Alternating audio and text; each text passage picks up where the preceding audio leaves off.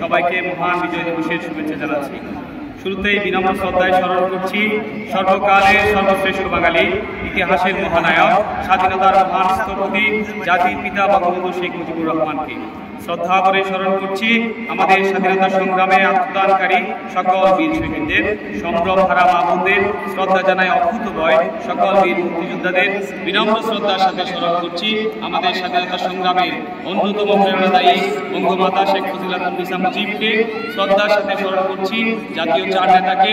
শ্রদ্ধার সাথে স্মরণ করছি ৭৫-এর ১৫ই আগস্টে শাহাদাত বরণকারী বঙ্গবন্ধু পরিবারের সকল সদস্যকে। আমাদের স্বাধীনতা আন্দোলনের সকল শহীদের প্রতি বিনম্র শ্রদ্ধা জানাই। সম্মানিত উপস্থিতি, ১৬ই ডিসেম্বর আমাদের হাজার বছরের ইতিহাসের শ্রেষ্ঠতম দিন, সবচেয়ে গৌরবের দিন। জাতির পিতা বঙ্গবন্ধু শেখ মুজিবুর রহমানের ডাকে সাড়া দিয়ে দীর্ঘ ৯ মাস রক্তক্ষয়ী সংগ্রামের মধ্য দিয়ে ৩০ লক্ষ শহীদের আত্মদান ও ২ লক্ষ মা বোনের সংগ্রামের বিনিময়ে ১৯৭১ সালের আজকের এই দিনে আমরা পেয়েছি আমাদের স্বাধীনতা সংগ্রামের বিজয়, লাল সবুজের পতাকা, স্বাধীন ও সার্বভৌম গণপ্রজাতন্ত্রী বাংলাদেশ। সম্মানিত উপস্থিতি, অপ্রতিরিক্ত অগ্রযাত্রায় এগিয়ে যাচ্ছে আমাদের প্রিয় মাতৃভূমি বাংলাদেশ। শিক্ষা, স্বাস্থ্য সহ সকল সূচকে বাংলাদেশ এখন বিশ্বের রোল মডেল। আমাদের লক্ষ্য এখন ২০৪১ সালের উন্নত সমৃদ্ধ স্মার্ট বাংলাদেশ। স্মার্ট বাংলাদেশ গড়ার অন্যতম ভিত্তি হচ্ছে স্মার্ট সিটিজেন।